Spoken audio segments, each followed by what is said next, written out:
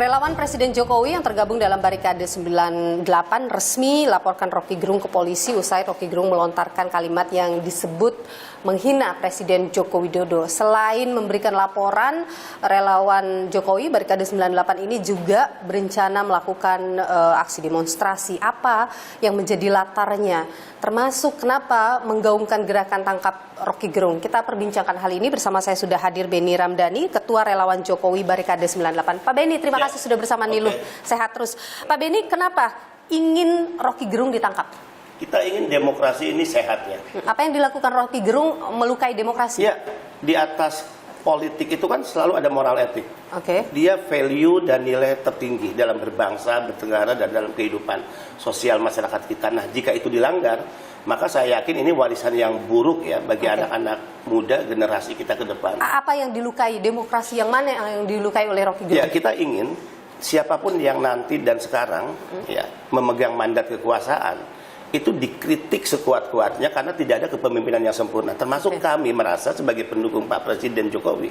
Jokowi bukanlah manusia yang sempurna. Ketidaksempurnaan itulah yang harusnya diperkuat dengan masukan, ya, dengan koreksi, dengan kritik yang sangat tajam dan keras bahkan untuk penguatan tugas-tugas kenegaraan. Yang Gerung tidak datang masukan itu, kritik itu dari hanya pendukungnya. Apa yang dilakukan Roky Gerung bukan mengkritik? Itu sudah keluar dari adab dan etik ya, dalam bernegara. Bisa dibayangkan. Seorang presiden dikata-katai dengan kata-kata kemudian dan jika ini dibenarkan maka setiap pejabat nanti bisa dilakukan hal yang sama. Nah, ini nggak bisa dibiarkan. Ketika kemudian mengeluarkan kalimat seperti itu dan dilakukan pelaporan sebagainya itu kemudian disebut membungkam demokrasi, bagaimana? Ya, kita harus membedakan mana kritik ya, mana hujatan, mana kritik, mana caci maki. Jadi kritik itu harus disampaikan dengan cara bagaimana? Bebas saja ya. Kalau misalnya Roky Gerung menggunakan kalimat kamu presiden, kamu tidak benar, kamu tidak becus, nggak ada masalah. Ya, presiden perlu dikritik oleh siapapun yang hingga hari ini, termasuk mereka yang oposisi terhadap kekuasaan. Tapi menggunakan kalimat kemudian ini sudah menabrak etis dan menabrak moral bahkan adab sebagai orang Indonesia dan masyarakat kita. Jadi sebaiknya mengkritik presiden seperti apa menurut Lakukan Anda? Kritik ya secara konstitusional, kebebasan demokrasi sebagaimana yang tidak melanggar etik dan adab itu dilakukan, dan presiden sangat terbuka, termasuk kami para pendukung Jokowi. Pernahkah misalnya demo berjilid-jilid pada presiden sebagaimana itu kami anggap demokrasi, kemudian kami balas dengan demo tandingan? Nggak pernah. Pernahkah ada penggalangan kekuatan massa turun di lapangan, demo di depan istana, kemudian kami menghadapinya dengan kekuatan massa untuk melakukan demo tandingan? Itu tidak pernah. Tapi ketika etik dilanggar, adab ditabrak, ketika kalimat itu dilontarkan oleh seorang Roky Gerung dan ini adalah bagian penghinaan ya terhadap pribadi bahkan jabatan presiden, dari situlah kami bereaksi. Ketika seseorang melanggar norma atau melanggar etik begitu, apakah hukumannya hanya dengan penjara? Ya, Roky Gerung kan tidak pernah meminta maaf. Permintaan maaf dalam konferensi pers yang dilakukan Roky Gerung itu lebih kepada permintaan maaf karena ucapannya telah menimbulkan kegaduhan dan keonaran. Ini tidak substantif. Anda inginnya dia minta maaf pada Jokowi? Kalau Roky Gerung meminta maaf atas pernyataan yang tidak pantas, yang tidak etis, kemudian dia mencabut kalimat ya, yang dilontarkan kepada presiden yang dianggap melanggar etis dan tidak beradab. Saya yakin ya, para pendukung Jokowi adalah orang yang sangat fairness, yang bisa juga memaafkan. Jadi Anda maunya dia minta maaf dan mencabut kata-kata itu? Kami punya prinsip, hanya seorang pecundang yang tidak mau mengakui kesalahannya dan meminta maaf, dan hanya seorang pecundang juga yang tidak mau memaafkan orang yang meminta maaf. Ketika Roky Gerung menyebut bahwa dia tidak menghina Jokowi, tetapi fungsinya yaitu presiden, bagaimana Anda menilai? Mbak, Roky Gerung ini kan selalu mengatasnamakan intelektualisme, selalu mengatasnamakan kebebasan berpendapat, selalu mengatasnamakan atas nama demokrasi. Dia lupa untuk membedakan kritik dan hujatan, kritik dan caci maki. Sehingga saya katakan 8 tahun para pendukung Jokowi ini memiliki kesabaran revolusioner untuk tidak merespon apapun bentuk kritik, apapun bentuk caci maki dan hujatan kepada presiden. Dan menurut kami 8 tahun ini waktu yang cukup dan tidak bisa dibiarkan lagi, karena perjuangan moral ini tidak hanya untuk Presiden Jokowi.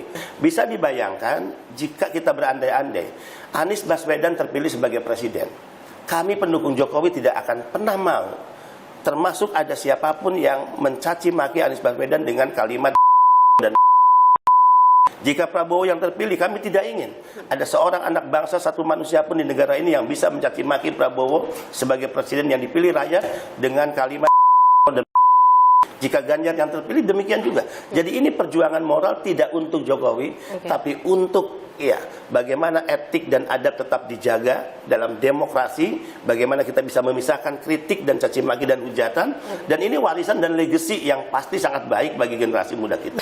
Anda sempat menyebut juga Rocky ini memiliki kepentingan di balik pernyataan dia menyerang presiden. Apa itu kepentingannya menurut Anda? Rocky Gerung tidak berdiri sendiri. Ada 3 operasi besar yang sedang dikerjakan, dan ini adalah operasi yang dilakukan oleh kekuatan luar. Apa itu? 1. Operasi besar pertama bagaimana Jokowi tidak terpilih pada Pilpres kedua kalinya.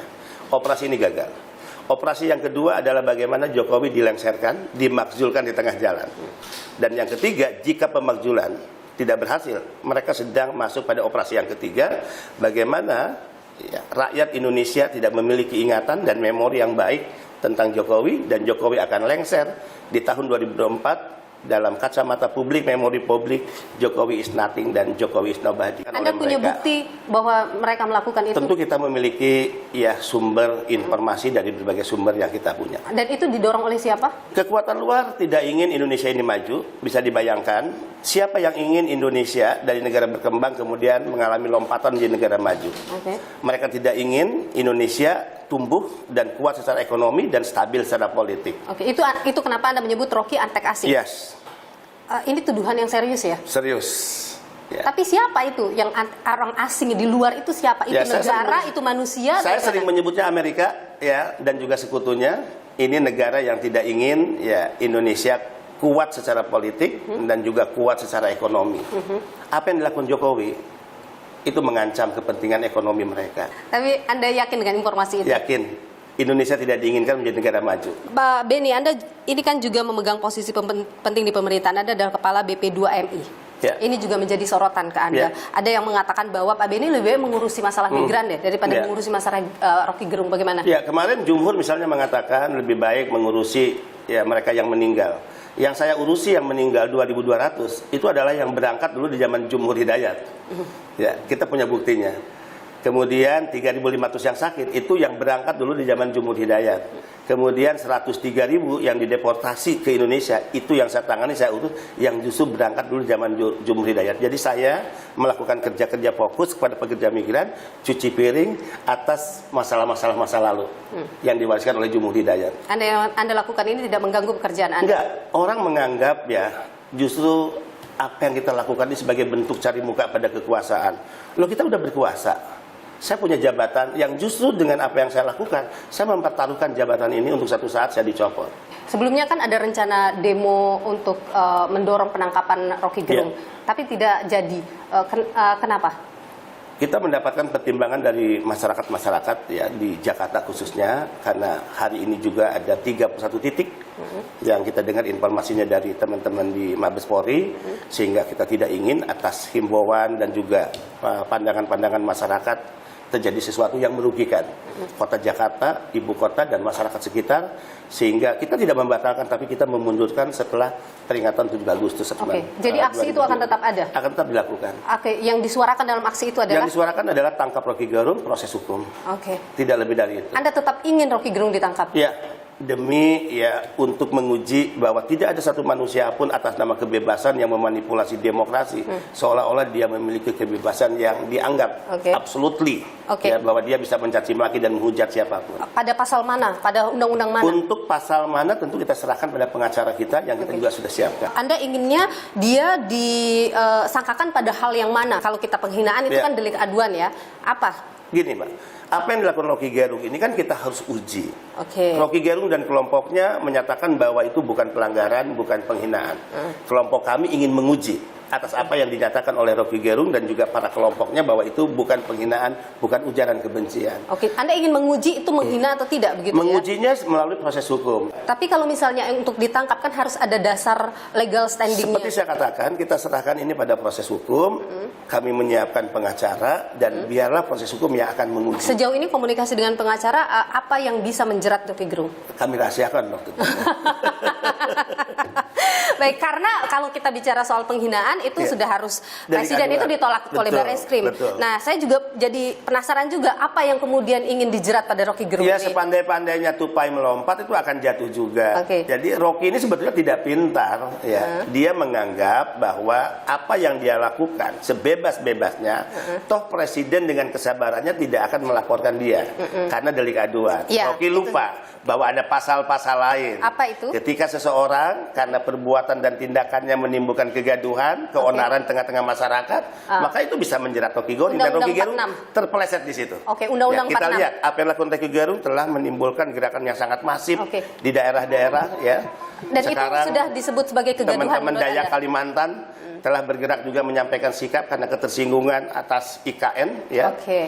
Dan ini adalah sentimen negatif publik yang muncul Oke. secara spontan, ya, dan terjadi di seluruh tanah air. Oke. Dan tentu negara penegak hukum akan melihat ini sebagai masalah yang serius. Jadi Undang-Undang 46 yang ingin Anda Kita serahkan jelaskan, kepada ya. pengacara dan penegak hukum. Oke, baik. Artinya Anda menyatakan bahwa Rocky Gerung telah menimbulkan kegaduhan di masyarakat. Kita serahkan pada penegak hukum. Pak Beni Ramdhani, Ketua Umum Barikade 98. Terima kasih sudah berbagi Oke, pandangan terima kasih, di Nilu. Mbak Sehat selalu, Oke. Pak Beni.